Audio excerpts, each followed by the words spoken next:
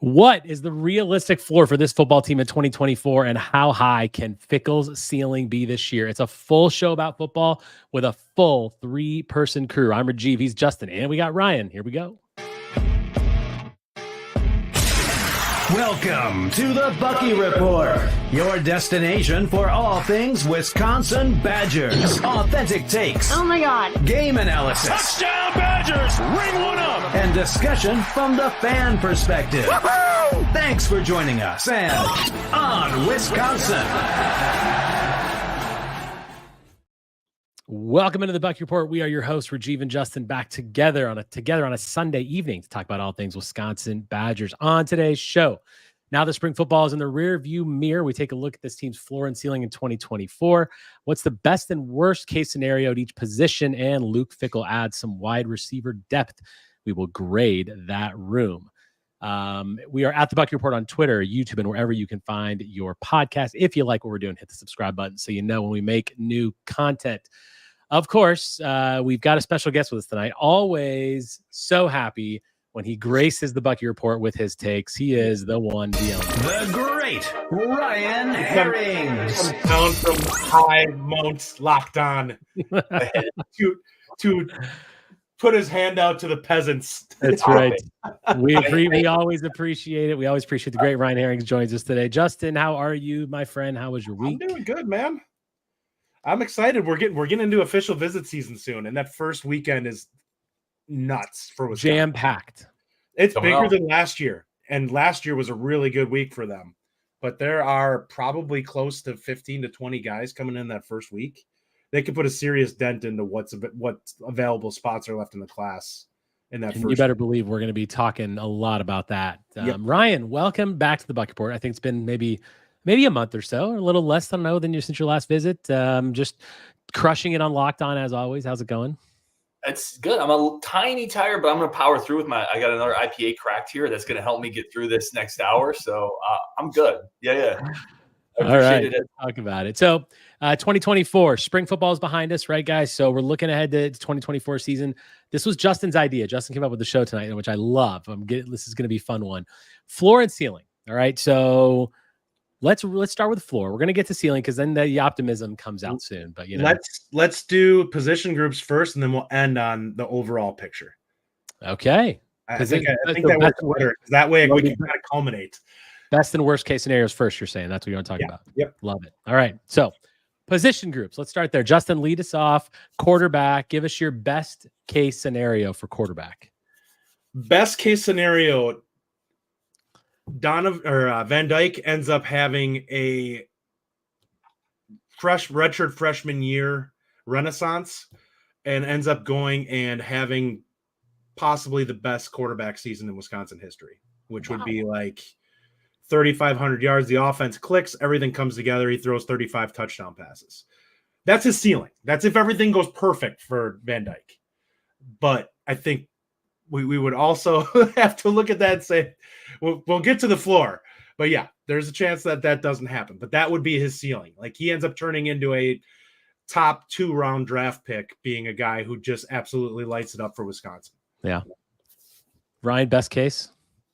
Yeah, I'm pretty there, except a tiny notch below. But I think there's a very real chance, and I've said this, Justin and I have talked about this. I think there's a very real chance at the end of this year he's a drafted quarterback.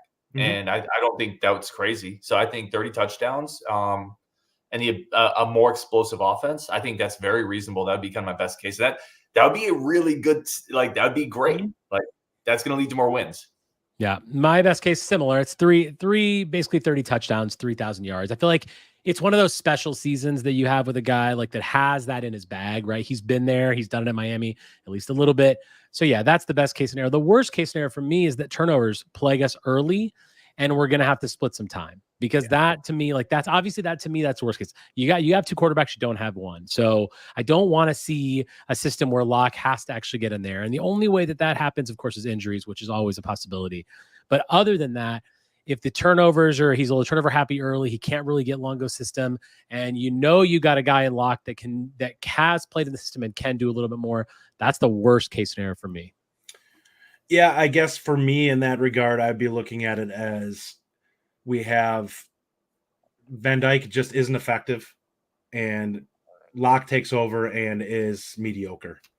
Like he ends up having a year where he's like 15 touchdowns, 9 picks, and we're just like, this is just not great quarterback play. That's to me is where our floor is. Oh, sorry, Ryan. No, I thought you were done. I cut you off. That's my bad. I don't have the full rhythm with this show yet. I got to find it.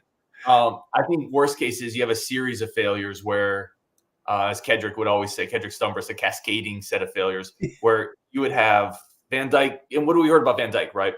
Has struggled because he's always had new offensive coordinators, new systems. So he's got another one, right? Let's say it doesn't pan out. You turn to Locke, and Locke is kind of the same version of last year. That's inconsistent. Yeah. You're frustrated there, which leads to fans calling for Mabry because fans always want the next quarterback, and Mabry's not ready. And maybe you put Mabry in, and then that blows up. Like, that would be the worst case, right? Where at the end of the year, you're still searching, and everyone had a shot at the gun, and everyone's gun misfired. That would be the worst case. Because at that point, you're really looking at the future and thinking, boy, this looks bleak, right? do you think there's a legitimate situation, barring injury, that they would actually go to Mabry? Because I don't think that they would go there unless they actually feel confident that he's capable of providing decent play. Yeah, I don't think so, but I think the fans turn on quarterbacks really quick, and that's kind of a tough situation. That part I could see happening. Yeah, agreed. All right, running back. I'll go first on this one. So my best case scenario for running backs is but 2 backs over 750 yards. I mean, I actually think that if we have a 2-back system where both of these guys can eat and Chez Malusi's healthy and you can see Walker and what he brings, and it's a bit of a 1-2 punch, I would love to see that. I don't need to see a 1,500-yard guy. I'm fine to see a couple 750-yard guys, both healthy throughout the year, and 2 really productive running backs. Then I think in that case, then they're going to be fresh. You got fresh legs throughout the year. That to me is the best case. I can't imagine. I don't need a big guy that has all the yards. I just want it nice and split. Justin, where are you at on that? I'm going to be outside the box a little bit here, and I think you guys are going to push back on it. To me, best case scenario would be what ends up happening is Walker and Chez are both solid. Dylan Jones starts flashing in like week 4 and starts showing legit game breaker type ability and ends up going for like 800, 900 yards this year as the number 3 back and starts gradually just sniping carries off the other 2 guys, because I just think he's more dynamic. And I think if he proves that he is capable of being out on the field, that eventually the talent wins out. Like, he's just a guy that provides us something that the other 2 can't. Yeah, I love Dylan, and that's a good call. You throw Dupree in there too. Best case could see Dupree getting some action on 3rd down. To me, I think best case is Chez stays healthy, because that dude friggin' deserves it, and it would be really nice to see him make it through a year, just as someone who's persevered and given Wisconsin a lot. I think he stays healthy. He's really good. Tywee's really good. And I think best case, to Justin's point, Dylan's ready to rock and roll. And then you have a 3-headed monster. And Longo will use those 3 how he wants to, but I think that's best case. You have a 3-headed monster, and you can use them all differently. I think that's super dynamic. That's best case. Yeah, listen, my worst case for me is just Chez getting hurt. It's the exact opposite. I can't see another year where this guy goes down, because he just deserves to play a full 12-game season, for goodness sakes, right? Come on. Like, that guy just and we need that. We need that experience in the room. And I know we've got a lot of people. We've got a ton of people. We've talked about so much how strong this room is and how happy we are about it.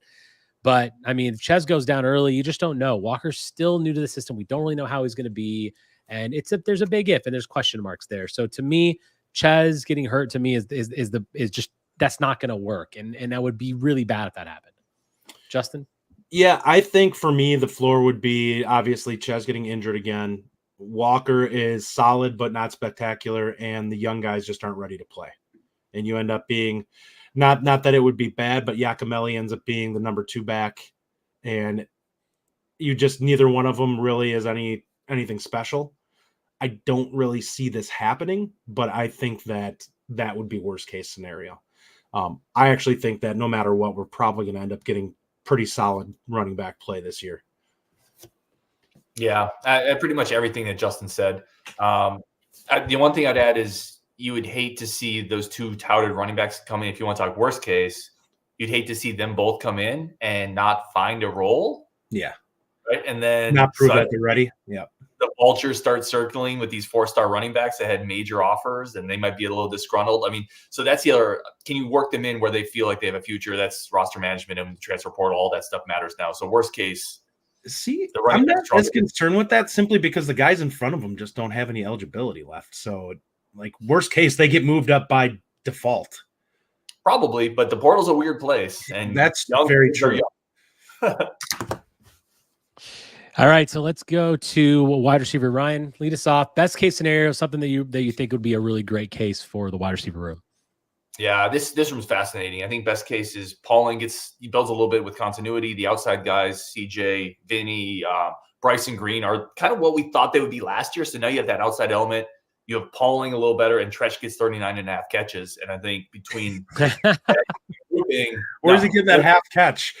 Best case is Tresh is what we think he is, right? And he blows up. And now you have 2 dynamic slot guys that are uncoverable, and that opens up the outside guys. So I think that's pretty realistic, actually. Like, I think Tresh is going to have a monster year. And it's going to open everything up. Yeah, I went a little like specific on this one for me. I mean, obviously the best cases, they all just are great. But for me, Bryson Green becomes the threat that we thought he was going to be last year, at least for me. Like, I really was hyped about Bryson Green last year. His body control, the way he works on the outside. And we saw flashes of it at the end of the year in the bowl game, right? We did see that a little bit. I think that everyone's focusing on Pauling and Tresh, which is great. I love those guys. They're amazing. And we've had a lot of discussion about who the next boundary guys is. It Vinny Anthony? Is it Henry? Bryson is that guy that if he can be the number 1 guy on the outside and really utilize the fact that Tyler Van Dyke has the deep ball in his arsenal now, that I think to me it's a best case. It's part of a best case for me. Yeah, I'll kind of break this down in terms of stats because I kind of was throwing this together in my head, thinking about it. And this is why I said you have Van Dyke going for like 3,500 yards, because I do think that there's some explosiveness that we lacked last year that can be found in this offense very easily. Like, historically, it shows that they're capable of it. So the big way for me would be to say you probably lose about 10 catches on Pauling, but he ends up going up in yardage. So he ends up being a guy who's like a 17 or 18 yard a catch guy and ends up being like 60 catches for like 1,000 yards. Then there you have Green ends up turning into a viable outside guy with like 40 plus catches and ends up having like 15, 16, 17 yards a catch too. And then Tresh comes in as that third head of that monster. Because I honestly think if there's going to be a third guy, it's going to be him. And he ends up getting you like 600 yards. And then you just get some solid play from Anthony on the outside, still providing a deep threat at that spot. And I think you have a really, really dynamic passing game. And your worst case scenario for receiver? Worst case, God, I hope not. But Pauling goes down. We're way too high on Tresh, and he's not quite there yet, and struggles to kind of get to pick up some of that leftover ability or the leftover production that we need. Green is the same guy, and Vinny Anthony is effectively DK 2.0. I don't see that happening either, though, because like last year's passing game was so just disjointed that I just can't see us being that ineffective. I would say worst case is the hype we had for Bryson Green and CJ's misplaced, right? CJ has never proven anything at the college level. He's super highly touted recruit, but like he has struggled getting off coverage last year, struggled creating separation. So worst case is he's not the guy we expect him to be. And worst case is, listen, Bryson Green has never been a star. Like Bryson Green might just be kind of a guy, a good guy, but a guy. Yeah, but it's not consistent. And CJ's not a guy. And then suddenly you're right back to where you were last year, right? Where you don't have a boundary receiver. And if you don't have that, then safeties can help more in the middle of the field with Pauling and Tresh. I think that's the worst case is the guys we need to step up don't step up. Yeah. My worst case, again, a little hyper specific, we still can't catch. That's my worst case scenario. I cannot have another season with a bunch of drops. I mean, that was really bad last year, and I just don't want to see that again. Well, we'll just throw it to Tresh every single time because apparently he never drops the ball.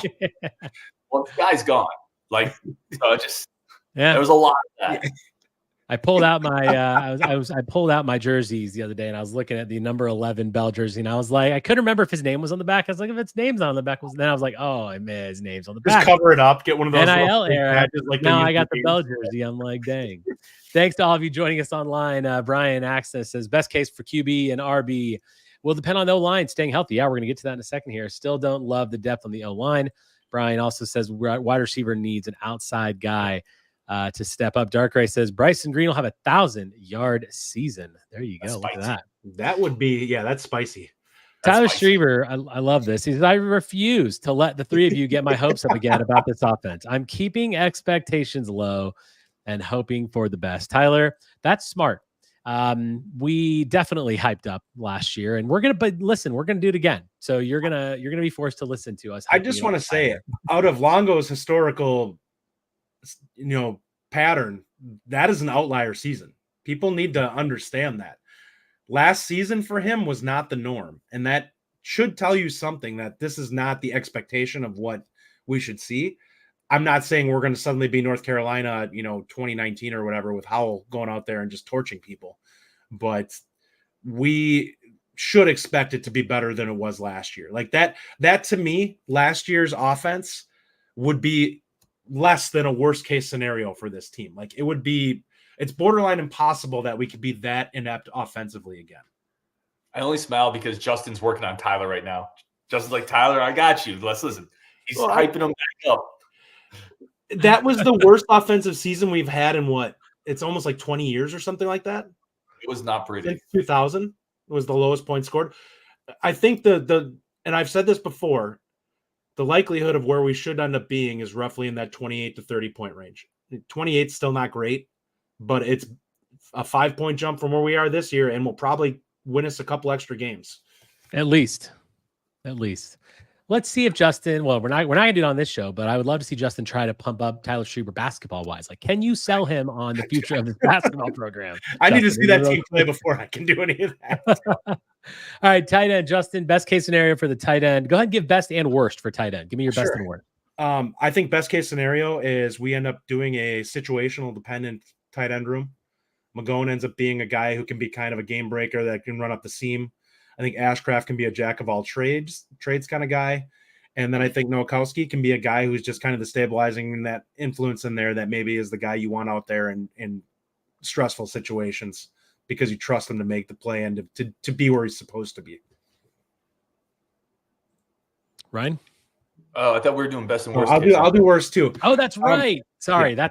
That's worst case scenario here would be none of them really take the bull by the horns and actually take over that position, and none of them are overly effective. We basically get a repeat of last year. I don't think we'll be that bad, but it could just be an incremental step up from that, which still isn't good enough for that position.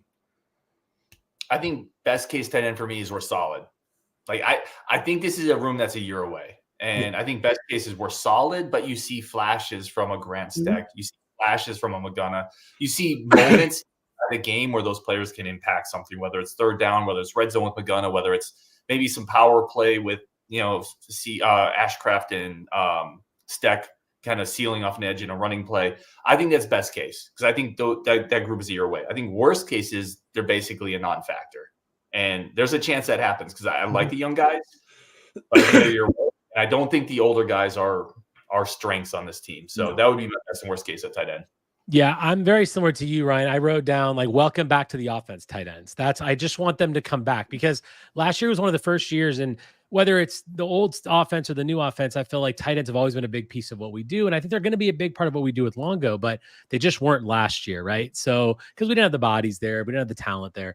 But with McGowan and Ashcraft and everybody there, Nowakowski, I feel like you're right. Just welcome back to the team. Let's make an impact. They don't need to be the stars. We've got the receivers to be the stars. We don't need the tight ends to do that. We need the tight ends to get those big third down conversions, find space in the red zone, just do what tight ends do really well. And that to me is the best case.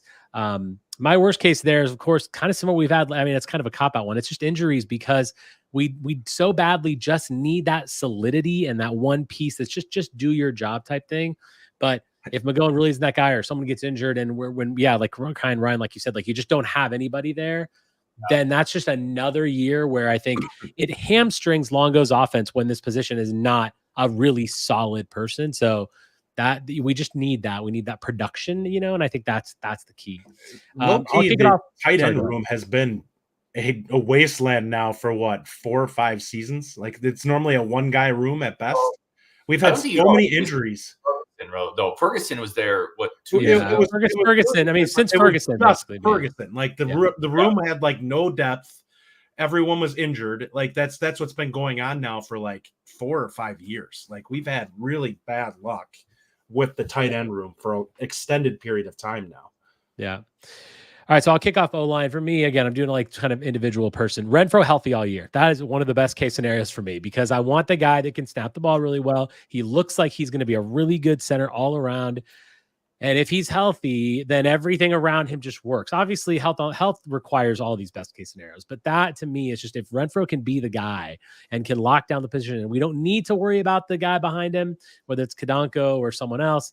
We just need to focus on that 5. And of course, there's going to be rotation, but Renfrow to me is the key because we saw what it was like without him. We don't really know what we have if he gets hurt. To me, it's everything's right there.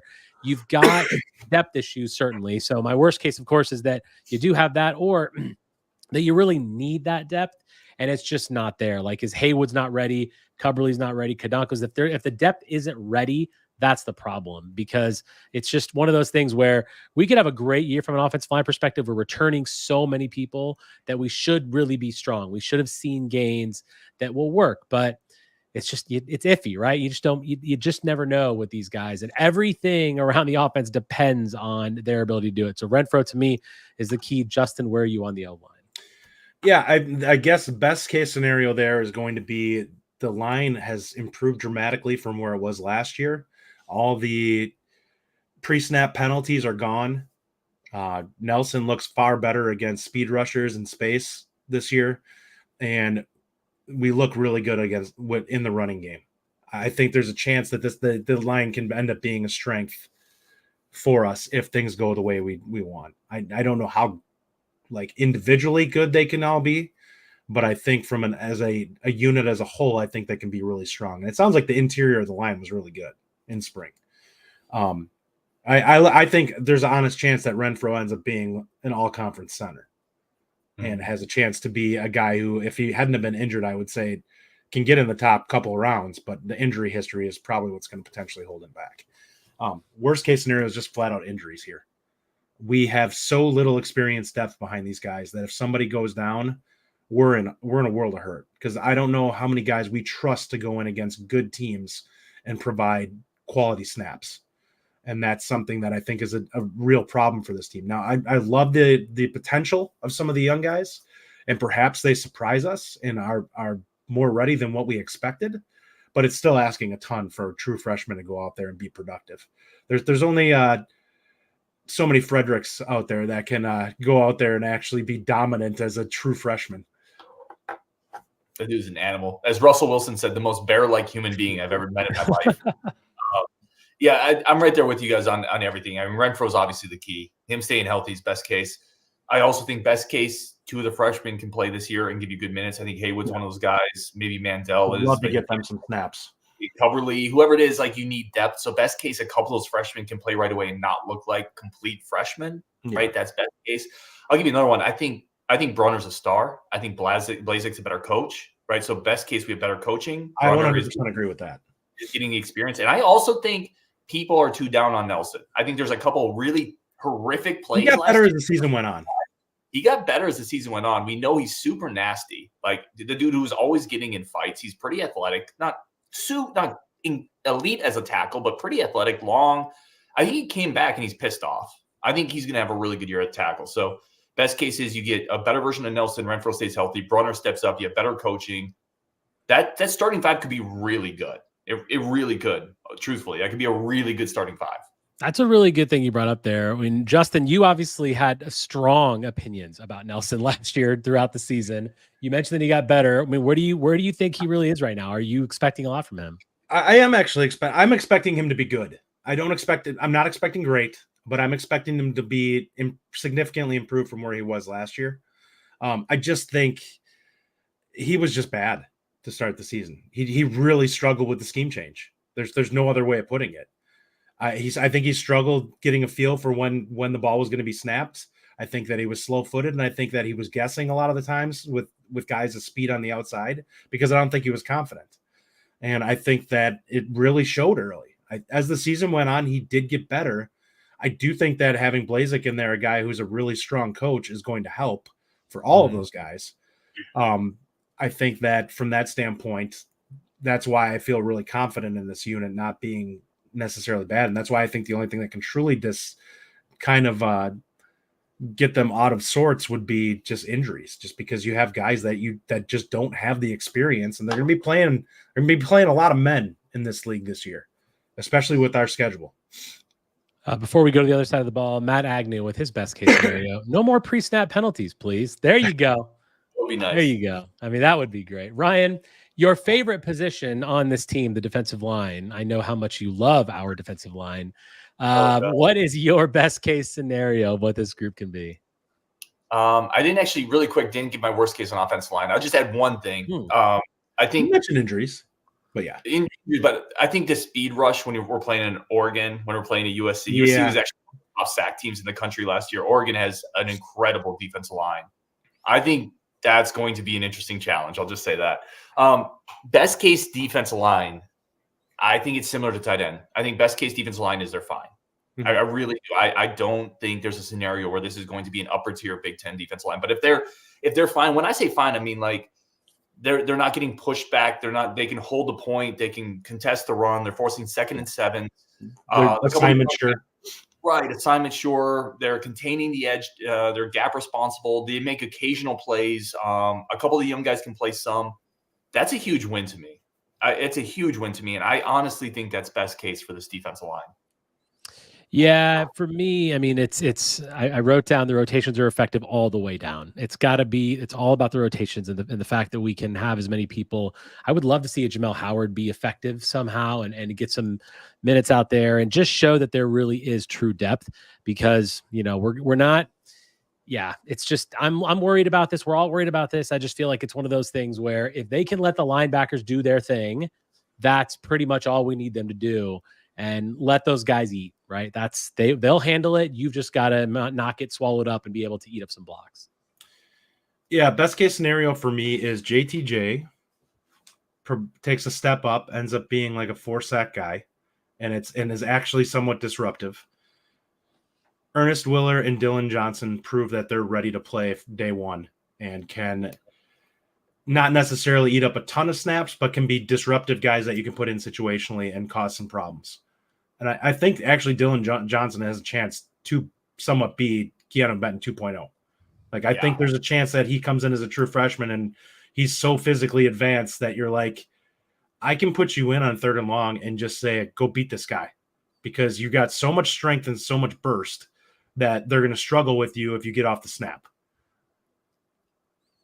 Ryan, what about you?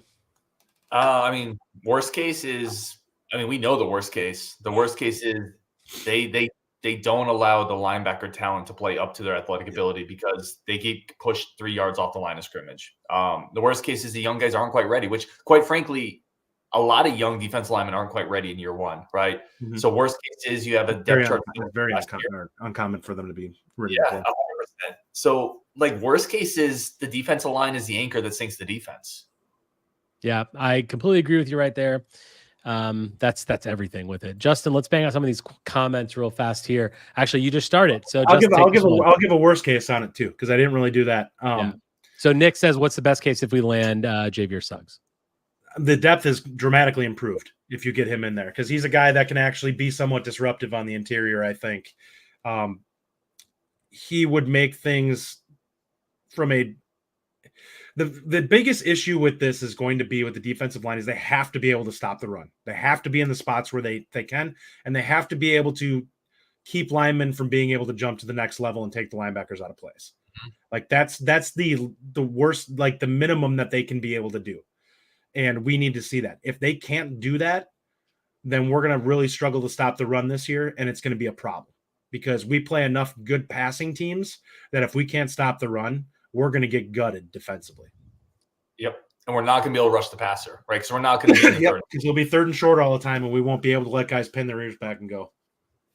Ryan, what do you think about Tyler's comment here? He says, are you worried about Jamel Howard? We haven't heard his name much this spring, and I remember everyone being hyped we got him as a recruit. What's your take on Jamel?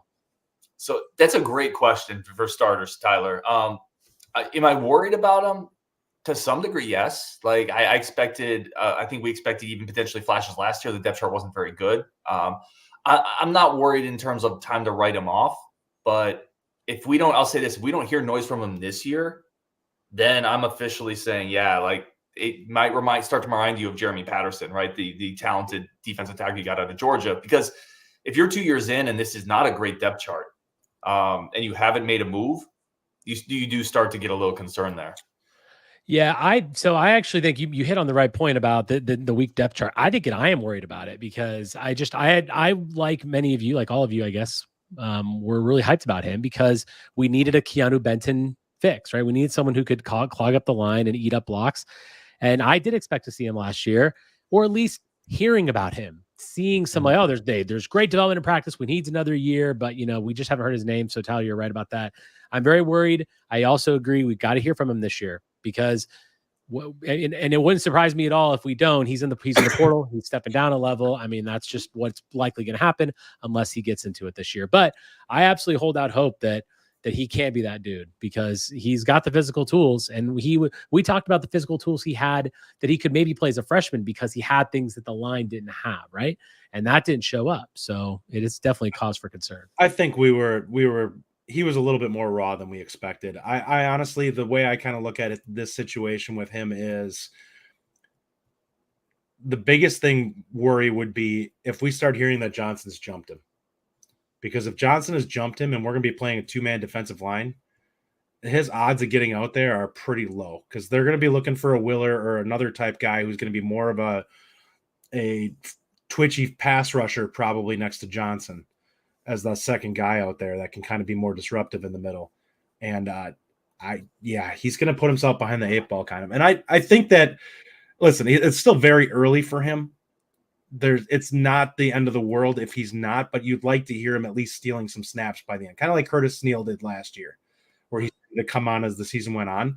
That's what we kind of want to see with Howard. We want to find out that it's not some other issue like conditioning or something else where it's just like he's not the effort's not there. Because I do think from a physical tool standpoint, there's plenty there for him to be a productive player. Well, situationally, can we see him on 3rd and 1 at the goal line, right? Where he can just pull up offensive line. Yeah. And if you're not seeing him even in the heavy packages where nominally he should be the guy most suited for that, then the warning bell should go off in your head. Yeah. Yep. Very well said. All right, Justin, we'll move to one of the favorite positions for all of us, linebacker. Give me your best case scenario. Let's go outside first. Linebackers. Yeah. Okay. You want to split them up? Let's go outside. Yeah, let's split them up. I think there's enough bodies here to talk about all. Yeah. Best case scenario, they're just dominant. And I think that there's a less than zero chance that this is the case where we just get to sit there and constantly shift through these guys like hockey line changes and basically say, go out there and kill the quarterback. Because I think that there's enough talented guys in that room that all have some pass rush ability that this is one of the best units on the team. So I think there's a chance that we go out there. It would be, I guess the way I would look at it would be, I don't think there's going to be anyone who's going to have like a super dominant, like double-digit sack season. But if we have every guy have around 5 or 6, then that's a dominant season from that group. Yeah. There's really not much to add to that. Honestly, I think it comes in waves. Like Justin said, I think he did a really good job laying that out. Best case scenario, they're just dominant on the outside. They put constant pressure on the tackles, which forces offensive coordinators to adjust how they're trying to deal with that. And then that makes it easier on your defensive line. Like best case scenario, they're the piece that on the chessboard that makes it easier on your defensive line and allows single matchups on that spot. So yeah, I think Justin hit it really well. They're difference makers, best case scenario. Yeah, I mean, for me, the one word, disruption. That's the best case scenario. We need disruption. It's something that we lacked so much last year. I mean, we were at the Ohio State game and we saw what happened to the outside linebackers every single time Ohio State ran to the outside. It was ugly. Mhm. And it's something that is ingrained in my brain, and there was zero disruption, and that needs to change. So best case scenario, that's what it is. I'll start out with the worst case scenario for me for linebackers is we've overestimated the impact of what these guys are physically. I don't think we really have, because I don't think you can when you see what the lineup of those guys, but it didn't work last year. We thought it was going to be a little better last year. We were concerned about the outside position. Now we're not so concerned about it. And I still think that we just don't know. At the end of the day, like, is Pius really that guy? Has Peterson really grown as much as we've heard about in spring? Like, it's just that if we overestimate their impact, it's that definitely they could just not be those guys, and that would be devastating for us, especially Lowry, because I think we really expect Lowry to be good. And if you just never know, if he gets swallowed up constantly, then we are where we were last year. I do want to add one more thing to the positive side of this. Also, Anelu and Heiberger get out there and start to flash a little bit in some late mop-up duty. And we're all sitting there like, good God, these guys are going to be freak shows by the time they get done here. They are, by the way. I think they both are. I think we hit on both of them, and I think that's going to show over the next how many years. The staff knows how to recruit those spots. Worst case scenario, a player whose name I will not name gets injured again, and we all feel horrible. And then the other guys are athletically superior to what we had last year, but are not necessarily as disciplined as they need to be. And it doesn't matter that they're flashier athletes, because they're getting out of position and making mistakes that end up costing us big plays. Yeah. Listen, there's no scenario we're not better than last year. Like, let's be real. There's a floor and a ceiling to all these groups. Yeah. We have absolutely improved at linebacker, at depth, at athletic quantity. But I will say the worst case is the linebackers are the receivers of last year, right? Where we look at what they did. Expectations and not a lot of to back it up. How many sacks, guys, did Leon Lowry have at Syracuse last year? 3. 3.5. Right? What did we say about Darian Varner? He came in with 7, and we're like, this guy's going to really help. And then we went back and you looked at the numbers, and you're like, well, he got 4 of those in a game against some directional school. I'm just saying, like, we're expecting a lot of a guy that had 3 sacks at Syracuse last year, and a guy who was playing at the FCS level, and a guy in Darrell Peterson who we all watched last year not be very effective. No argument here on that. The worst case is we're overhyping this, and we're gonna be better 100%. We may be better as we think we're gonna be. Yeah, I mean, it's hard to see. You're right. It's hard to see a situation where we're not better. And boy, I really hope they're not like the receivers of last year. That brought me down. Just saying that was like, how dare you, Ryan? Man, it would just be so bad if it was. I'm trying to get Tyler from buying in too much. Get Tyler off our backs. No, we're not trying. You guys are just sunshine pumping. All right, inside linebackers, Ryan. What's the best case for the inside? The best case is these guys are just killers, right? When you start stacking up those names, I've been on board, even going back to last year, I think it was probably one of the higher guys on Chaney. That buzz is starting to match up with him. I think he's going to have a really good year. We all know about what Jaheim Thomas could potentially do in there, depending on where he plays. And then you talk about the longtime Badger target. Like, this group could be so dynamic and good. Coming downhill, disrupting plays, inside blitzes. They're going to be so much better on coverage underneath. The best case is this might be the best unit on the team, quite frankly, if everybody's healthy and firing. That requires a little defensive line support, but I can't wait to see Tim. I mean, if we really want to talk best case, he might be one of the most disruptive, physically violent linebackers in the Big Ten, period. That's best case. So turn on the TVs, get the popcorn ready. That's best case. He's a star. I'll say it again. Disruption, best case. I mean, I want to see you guys. I want to see these linebacking crews so bad, because I think they can actually do that. Imagine the run stuffs these guys can be a part of up the middle, when we had so many issues last year where gaps just open wide up and there was nobody to stop them. There was no one doing anything. There was no one beating their man one-on-one. And I think that's going to be the difference. And that's where the best case lies for me is, again, disruption from the linebacking crew. It's so critical. And if Tacky Curtis really is who we think he is, could be pretty fun. And Christian Allegro continues to grow, by the way. He had a great end of last year. I feel like we're not talking about Allegro enough because there's so many people in that room. But man, talk about a guy who came off the bench last year as a freshman and who just played his ass off and absolutely made a name for himself his freshman year. And that's a guy that I think could be kind of sneaking under the radar and be one of our best players. And we're not talking about him as much because of the people that we've got, but man, there is so much talent in that room. Yeah, best case to me is you go 4 deep easily, and you're rotating those guys through and staying fresh, and basically they're just running around killing people because that's basically what I think they're capable of with the speed and athleticism that's there.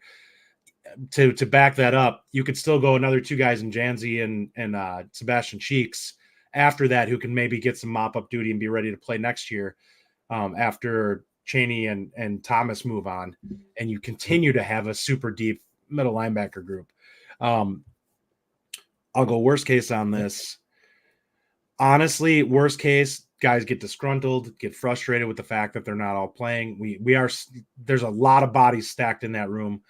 Egos end up getting jammed up and guys get frustrated and maybe the play doesn't match. Guys aren't necessarily as locked into the defense, and we look kind of like we did early last year where players just seem like they're stuck in mud and not reading and reacting the way they should be. And we're frustrated with the fact that the athleticism just isn't showing. I think worst case is like there's certain positions that are tied to other positions, and I'm not going to beat the dead horse, but if the defense line isn't good, worst case is the it's going to be a problem for these guys. No matter how athletic they are, they're going to be dealing with offensive linemen in their lap a lot. Like, sorry, Tackett Curtis, you're super athletic, but if you have a 320-pound Iowa coming downhill because he pushed his defensive tackle all the way, you're not. So that's worst case to me. I don't see a scenario where this group is bad unless the defensive line falters. Yeah, that's fair. Okay, Justin, cornerback. Give me best case scenario here. I know you love these guys. Best case scenario, both of these guys starters leave for the NFL after this year because they're going to be complete shutdown guys in Forkerine and in Hallman. That's a bold statement, my friend. They're really high on Forkerine this year, and if that's the case, then I think that you have 2 extremely good starting corners, which we're getting to the area where we're start talking about potentially the deepest cornerback room that Wisconsin's ever had. I think that's if these guys as starters are legit good corners, then we may be in that ballpark because I think Delancey is a guy that can play. I think that DeClona is very good. I think who's the other? There was another guy that was pushing in the first team. Who? Max Lofi. Yeah, Max Lofi in the slot can be a plus guy in the slot. They all have speed. They all have, like, I guess you'd say the most limited guy is probably Hallman athletically, but he's probably the most technically sound out of the group. And then you get out of that group, and there's still guys that you're looking at. Like, we love Xavier Lucas. We love Emilio Agard. We both feel, I think all of us feel like they could potentially start being ready to play this year. Oh, yeah. And if that's the case, you start getting into the territory where you're like, there's 6 or 7 like corners that you're comfortable with playing. That's insane to have that many guys that you're okay with putting out there. Like Lucas is probably the most athletically gifted corner on the roster, and he's not even here yet. Yeah. Best case. It's a lot of just said. Best case is you have the depth and the athleticism to finally match up with the elite teams when they try to spread you out. We can survive on islands, best case. Because listen, Rico is a film junkie. He will take away to some degree a receiver. And then there's athleticism behind him. I mean, maybe it's a Snowden stepping in, maybe it's there's athleticism everywhere with the 2 guys coming in. I just think you have the ability and the tool set to match up in ways that Wisconsin previously hasn't. And Nizer Forkrin's a 6'1" guy who can run. You still have guys on the roster. Everybody on the roster can run. You have size now. You have length. You have young talent coming in. Some of the guys like last year, like Harper, a guy. Like there's just so many options in the bullpen now that best case you're able to match up in space with the teams that we haven't been able to match up with traditionally. And I'm pretty excited for that. I want to post this comment real quick from Hooded Athlete. He pushed back with Mari Snowden as the most athletic. And what I will say is he has all the talent in the world. I will say right now, Xavier Lucas has better feet. And he's more of a pure corner than what Amari is right now. Amari has all the talent in the world. If he puts it together, there's nobody on the roster that can be there. Xavier Lucas is ahead of him right now in terms of pure corner ability, just because that's where he's played, and he's played against some really, really high caliber players at where he played in Florida. He's faster. Like at the end of the day, he's just faster. Yeah, like that matters at corner. Tyler Schreiber says Forkern is not going to be a shutdown guy. Get out of here. I mean, look, I think I want Forkern to be the guy. I think he'd be great, but yeah, I mean, I don't think he's going to be. I don't think we're talking about 2 NFL draft picks right off the bat. They're first rounders or whatever it is. No, they're not first rounders, right? But 2 draft picks, right? You said 2 draft picks. So for me, best case, Rico has another big year, and there is legitimate competition for all these positions, because I like that. I like the fact that we're talking about Delancey and we're talking about Lofi and we're talking about these guys like Ntakluna. If there's a good competition, that means we've got some really good players up there, and I want there to be pushing from that second line. I don't want it to just be, Hallman and Forkern, and then everybody else is just a step below. Ideally, we've really got that pushing, and we're seeing a lot of rotation in that position. Now, I'll start with the worst case for this. My worst case is that Hallman isn't the same guy. It happens sometimes. You had a guy that came out of nowhere, not out of nowhere. Not getting 7 picks again this year. Right. I mean, and that's nuts. Right. But even his play overall, because his confidence is so big for cornerbacks and for everything. But with Hallman, we could absolutely see another big year like that. We could also see a year where, we really thought Alexander Smith was going to be a much better player, right? And I'm just saying, I just feel like that to me is the worst case scenario, where Hallman just goes away, and all of a sudden we're not excited about him, and he's not going to be an All-American, and that kind of thing happens, because it could happen. It could happen. Worst case, Justin? I'm gonna bring up Tyler's comment here first before I do that. Justin, he got torched left and right last year, talking about Forkern. There were some extenuating circumstances for Forkern coming into last season, because he was injured coming into camp here, so he didn't get summer conditioning with the other guys, which did hold him back. I also trust Luke Fickell when he says something. When he says that he looks like the most improved player on the entire roster, I take my ears perk up when I hear something, because I don't think Fickell's the type of guy that just throws around praise like that lightly unless somebody's earned it. So by all accounts, there's some legit physical tools there with Forkern. He's a guy who was probably a low 4.5, high 4.4 guy that was coming in last year and probably wasn't in the condition ready to truly play. It's a different league. That's like saying a true freshman corner that comes in and plays day one isn't going to get better as he hits his next year. Forkern was coming up a substantial jump in the quality of play that it was coming into versus Big Ten receivers instead of Division II. Now I'll say this: worst case scenario, Hallman takes a step back. No, we look very ho-hum at the cornerback position. We're solid, but nothing spectacular, and we'd struggle to grab turnovers. That would be the biggest thing for me. I don't think they're going to be bad. I just think you look at it and you're like, man, I really wish we were getting more out of this group. And I will push back on that, because Shozier and Shelton definitely was not a 4-4 guy. Tyler, he was technically sound, but in good hands. Yeah. Worst case is, so I'm going to push back a little bit on the notion that, and Reggie, I'm not trying to pick any of this, but that Hallman could go away. He's not going to get 7 picks, because interceptions are very luck dependent. But I don't think he'll get the opportunity. Yeah, the skill that he has is being mentally prepared, being in the film room, being so technically sound. Those skills don't go away. Those skills are bedrock type things that are part of who he is as a player. He's like, so I'm really not concerned about him. I think the interception numbers could go down with the perception that he fell off. I think my worst case scenario, and I talked about this in another show, and somebody kind of pushed back on it, is we still don't have a guy who can shut down a number one. I think that's the problem we run into. And someone said, well, Rico shut down Marvin Harrison Jr. And I'm like, I think they had just kind of 100 stopped. some yards and 2 touchdowns, didn't he? Well, I mean, I feel like when we put Rico on them, they just went to other targets because it got easier for them to go somewhere else. Not that Rico shut down Marvin Harrison Jr. So I think that's the worst case, is we run into some of these really athletic teams and they have a number one, and we still can't cover a number one because our guys just aren't at that level. Mm-hmm. Yeah. All right, safety. Ryan, finish it up. We'll do best and worst case scenario for safety. We'll kick it off with you, Ryan. Worst case. Best is Wooler still just a complete maniac back there. And then really, I think Wooler's who Wooler is. So the best case is the pieces around him get better. And now you don't have Wooler flying around the ball, acting like a human eraser. Now he can actually make plays on balls. He can be more disruptive. Because last year, listen, it's physically demanding to be a safety that has to tackle every single running back because it keeps breaking through the line of scrimmage. I think best case, he's an elevated version of what we saw last year, less tackles, but more disruptive plays. And then the pieces around him get better. You have a dynamic back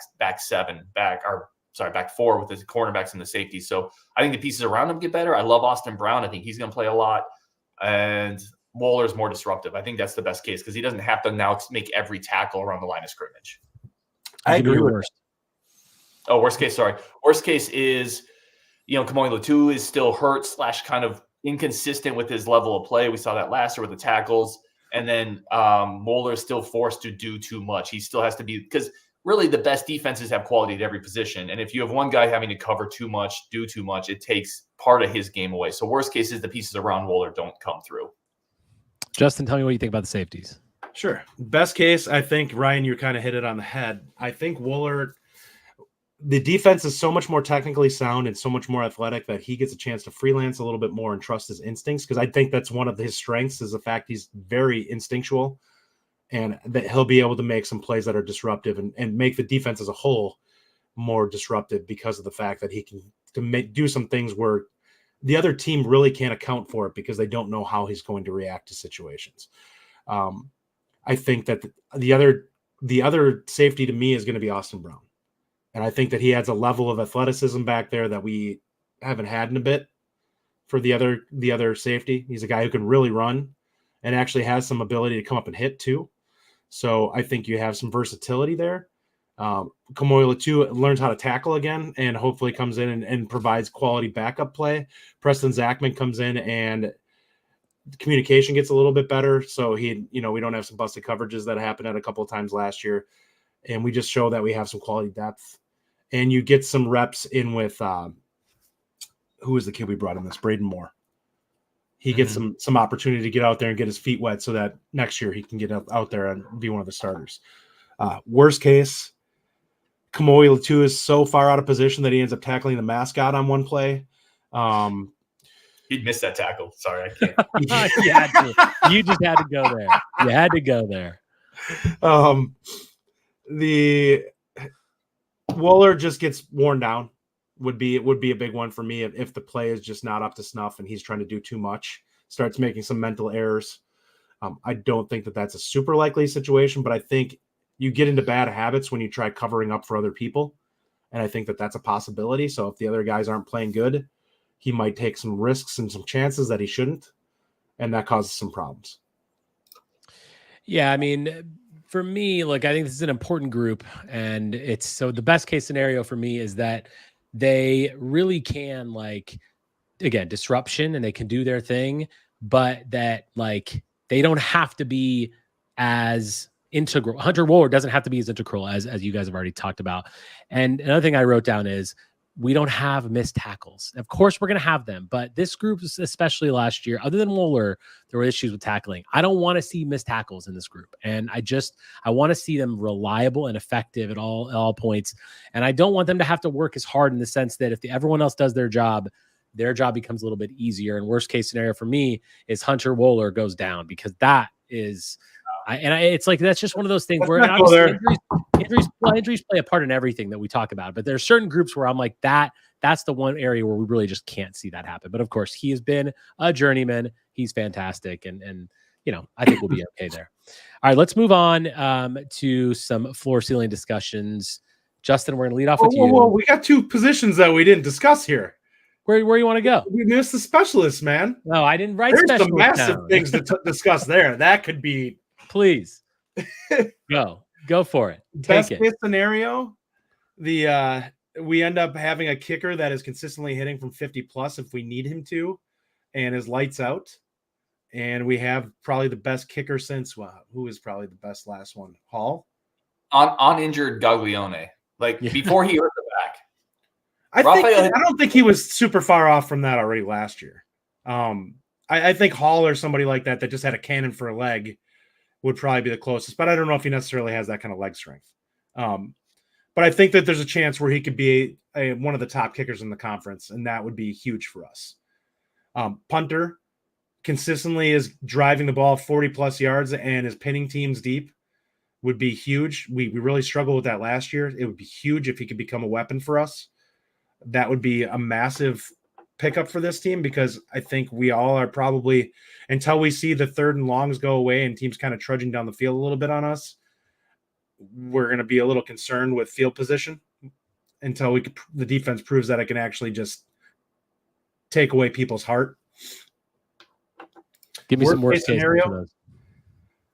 We have a couple of big misses that end up costing us games, and some terrible punting that ends up causing some scoring situations because of bad field position to start. I'm sick of our kickers. Our kicking situation has been so friggin' trash for forever. Like I am so sick of it. Like seriously, like last year Vacos couldn't stay healthy and we ended up that was not a good kicking situation. How many times did we kick the ball out of bounds last year? Like it's like 5 or 6. It was a lot. That's complete. By the way, that's on coaching. I don't care. Like at some point, you just tell them to kick it down the middle and stop trying to directional. Exactly. That would have been mine from the start. And if you still shanks it, then you put somebody else in. You put whoever. Yeah, exactly. Put the punter out there to kick it off. I don't care.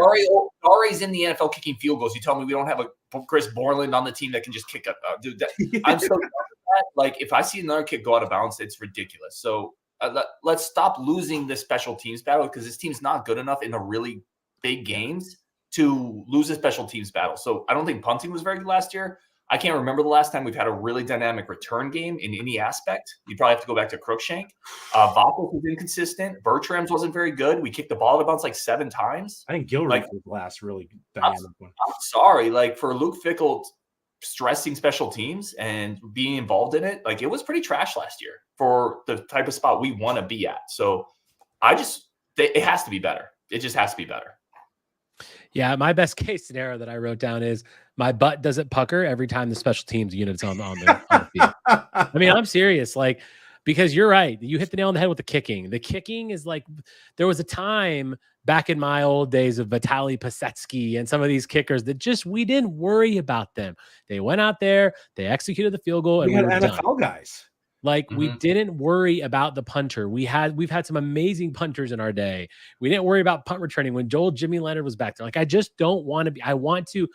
Special teams is a time for me to relax. I want to just sit back in my seat and know that we're going to execute on a good play, and that to me is the best case scenario because I don't need like super all-stars. I don't need them to take over the game. I just want them to do their job and do exactly what needs to happen. So I mean, like that's it for me. And the worst case scenario is any of that doesn't happen. And because that would just be a disaster. And if my butt has to pucker on every freaking play and we're shanking punts and we're kicking the ball out of bounds, it's not going to happen. We just need these guys to do their job. Right? I mean, come on. Yeah. Comment from Nick Flood. Is it Flav? Flav. I have Flav. Nick Flav. Just let us know in the Discord or something like that for pronouncing that wrong. But who is the kickoff specialist? Isn't it a different guy this year? I think they have a couple of different guys they're potentially looking at. There was the kicker from Portland State that people have talked about who has a big leg that they brought in. They have a couple of guys that I think they're going to be trying, and it is not the same guy as last year. He is no longer with the team, so that is not going to happen. Van Zelst, I think, is on the team yet. Is he? Yeah, he kicked off for part of it. He had one of the kicks out of bounds, but the primary that had like 4 or 5 of them, he lost the position, and they just took it away from him. So we shouldn't have that repeated. All right, to end this off, Tyler Schreiber says, sneaky loss in Peter Bowden was considered the best long snapper in the country last year for the draft. Yeah, I mean, that's one of those positions you don't ever know that person's name, but you don't ever want to know that guy's name because if he does his job in every play, you never hear about him. And when you do, it's generally not a good thing. All right, Justin, you're kicking us off, floor ceiling. Start us off with the floor. We're going floor first. We're going to do record. Give me your floor for this team based on everything we've talked about tonight. What's the lowest that we're going to get? I honestly think the floor is probably like 6 wins. I think we lose every one of the big games. We lose Iowa, and we get kicked in the nuts and end up somehow losing Minnesota. That would be the worst. Well, I take that back. It could get worse. I think we could be 5-7 because if Nebraska somehow pulls it out where Raiola has the game of his life and we're just like, we just got beat by a freshman, that would probably be the floor. I think it's very unlikely that happens. That would take a lot going wrong for this team to struggle that much. I think that we have a higher floor than most of the teams that are on our schedule, that outside of the top four. Even USC, I would say we probably have a higher floor than them. They probably have a higher ceiling. But yeah, I think that's fair that we'd be like 5-7 with some really ugly losses that we're pissed about. Ryan, what's your floor? Yeah, Justin menu copied me. Like I went to the restaurant and ordered, and he menu copied me. I said 5. Yeah, I went first. I didn't menu copy you. Before the show, I said 5-7, and Rajiv side-eyed me. He's like, I think 5-7. Like if we're talking floor, I think everything Justin said is correct. I think Bama, Oregon, USC, Penn State have more recruited talent than Wisconsin. They have more talented rosters. You have to go to Kinnick, right? You have to go to Nebraska. Like, Matt Rule this is not Scott Frost, Nebraska. I'm not terrified of Matt Rule, but Matt Rule will make that into a solid. I think he's a legit coach. Yeah. He's going to make them a decent program. He's a legit coach, and you have to go to Nebraska. Nebraska is a tough place to play in when they're actually good. They've just been terrible. So right there, that's 6 losses. And then you're telling me a Wisconsin team can't lose at Northwestern? They can't lose to Minnesota? Like, I don't think 5-7 is likely, but I don't think I think the if we're saying kind of potential scenario to get there, I think 5-7 could happen this year. That would be terrible. It'd be awful. I would hate it, but I think there's a path there. I don't like what I'm hearing out of you two and your lack of optimism.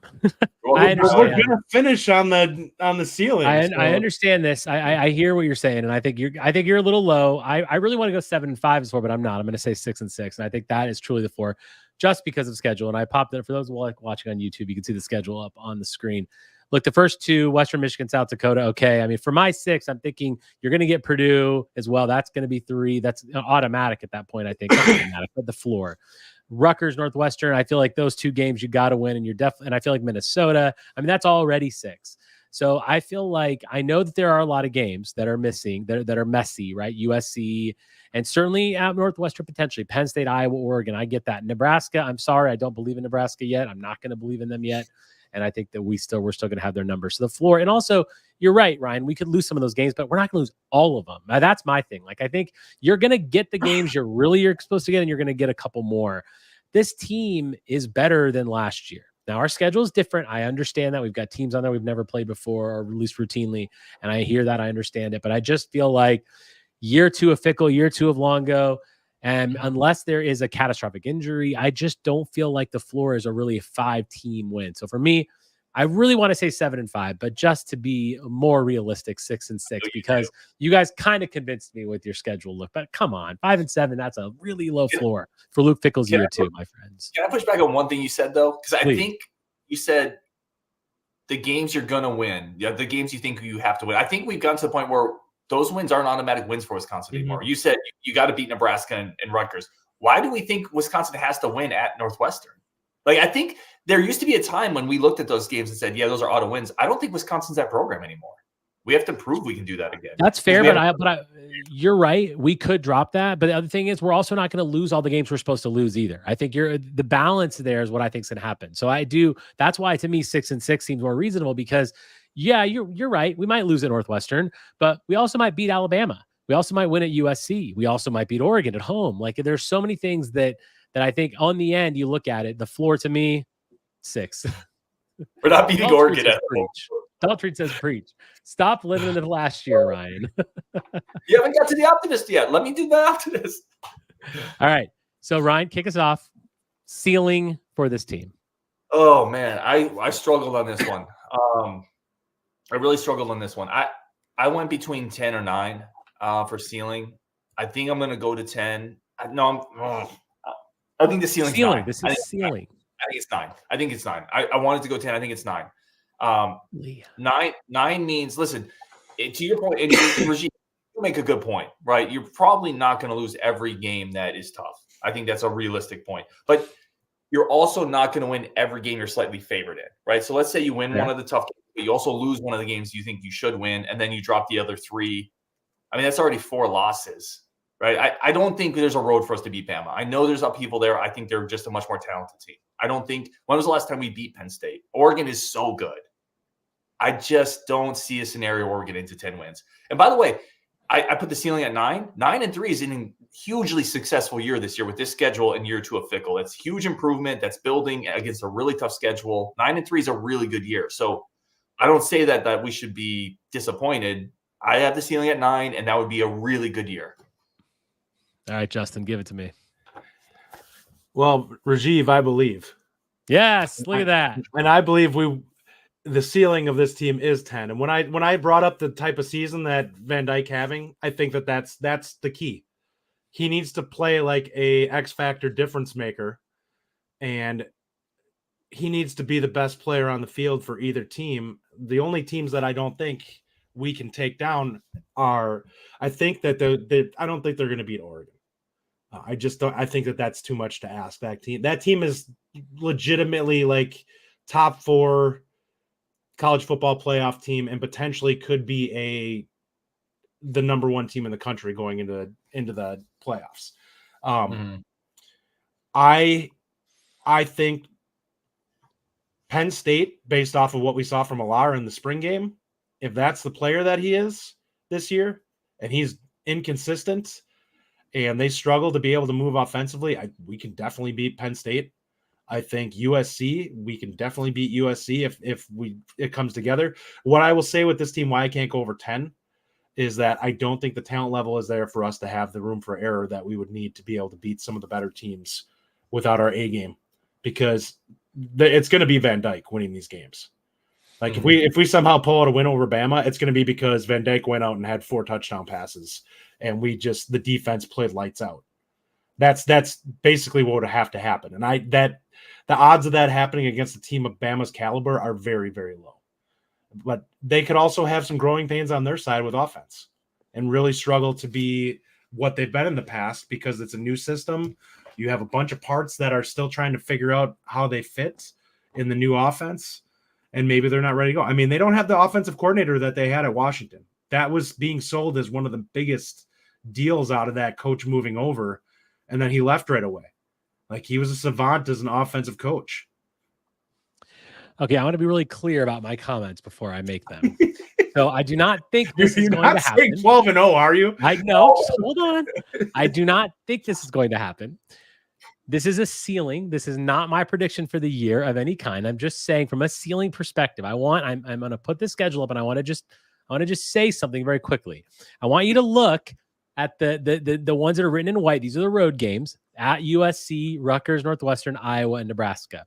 What you do not see on the road is Oregon. You do not see Penn State. You do not see Alabama on the road. Okay. So if you ask me who the best team is on our schedule, you'd probably tell me Alabama and Oregon, right? The 2 best teams on our schedule. Well, they're both at home. That's all I'm going to say. You can't, in my opinion, there's no way that you can have a home game that you can't win. I mean, you're probably not going to, but it's not like you can't win it. It's a home game. Anything can happen. These games could be at night. Who knows? You look at the road games and you see Rutgers, Northwestern. Certainly there's a scenario with we win those. There's certainly a scenario that USC really isn't ready yet, and they're not going to factor well into the Big Ten. They're not that great right now. We win that game. Now you got Iowa and Nebraska as the other 2 potential road games. All I'm saying is this. Ceiling to me, meaning TBD looks like he did in our best case scenario. He is that guy that was his redshirt freshman year. We have a linebacking core that is making disruptive plays all over the map. We've got Hunter Wohler doing what Hunter Wohler does. We've got Hallman and Forkerin, even Forkerin being way better than I even think he's going to be. I'm not saying it's going to happen, but to me, the ceiling on this team is 11-1, and I think it's blasphemy to say it's 9-3 because the ceiling means that what you can possibly do, what you could do.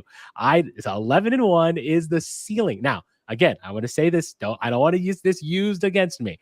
I'm not saying that's going to happen. Percentage on it, so people stop. If you have the best case scenarios like that we listed out today, all those best case scenarios, everything that you guys have been describing to me this entire show about best case scenario is that that kind of stuff can happen. You can win your home games and maybe you lose to Iowa on the road. I'm just saying it's possible. 11-1 is the ceiling. Ryan, tell me. I know you're saving it up. Just tell me I'm crazy. Go ahead. Crazy.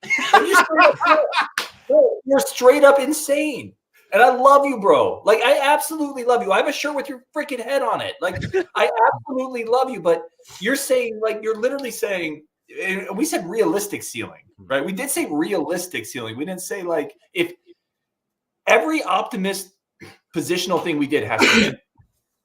Every one of them. Yes. Because you're what we're saying if we go 11-1 is we have to go 75% against the 4 elite teams on the schedule and then sweep everyone else. Like, good teams don't sweep everyone else. Like, really good teams don't sweep everyone else. It's college football. You always drop a game or two. And on top of that, you're going to probably at least lose 2 against the really elite teams on the schedule. We have Tyler Van Dyke. We don't have Tyler Van Peyton Manning. Like, he's okay. He's good. You don't know that. You don't know that. You don't know that. Listen, it's a ceiling. It's I love it. I would love 11 wins, obviously. I mean, just thinking we're also we had 2 games difference between all 3 of our answers, by the way. So, like, that's a bounce of a ball here and a bounce of a ball there. I'm just saying, like, 10-2 is not far from 11-1. Like that, it's gonna take a miracle. But for me, so 6-6, 11-1, that's a pretty wide range, by the way, which to me as a floor and ceiling is now because. And that's the thing. This team doesn't necessarily have an 8 or 9 team floor, but it doesn't have a 12. It's just there's a lot of opportunity here. We've got a ton of new players that could absolutely surprise us, and we could have a really special season. I do not expect that to happen. I do not. And yes, my realistic floor is probably more of an optimistic floor. Certainly agree with that. But that's just, I mean, look, Matchy says if Rajiv is right, everyone bow down. I think if I'm right, everyone's going to be on fire. We're going to be traveling places. We're going to ask Luke Fickell to walk on water if this will happen. And again, I will just say this: the at home in those games does matter. Like, there's stupid things that happen in night games at home where the ball. That's what I'm saying. Like a stupid turnover or something happens and a team gets up. We've seen it. That's a line that wins 11 games this year? No. It's not, but I'm just saying, like, there's you could have a game where freakish turnovers happen and you end up winning a game that you shouldn't. Yeah, and that's more like what I'm saying is that the crowd will definitely play a part in those games if Wisconsin somehow gets ahead. Because we were at the Ohio State game and we saw how that affected things. And we don't know Bama's going to have a quarterback that is going to be able to carry them.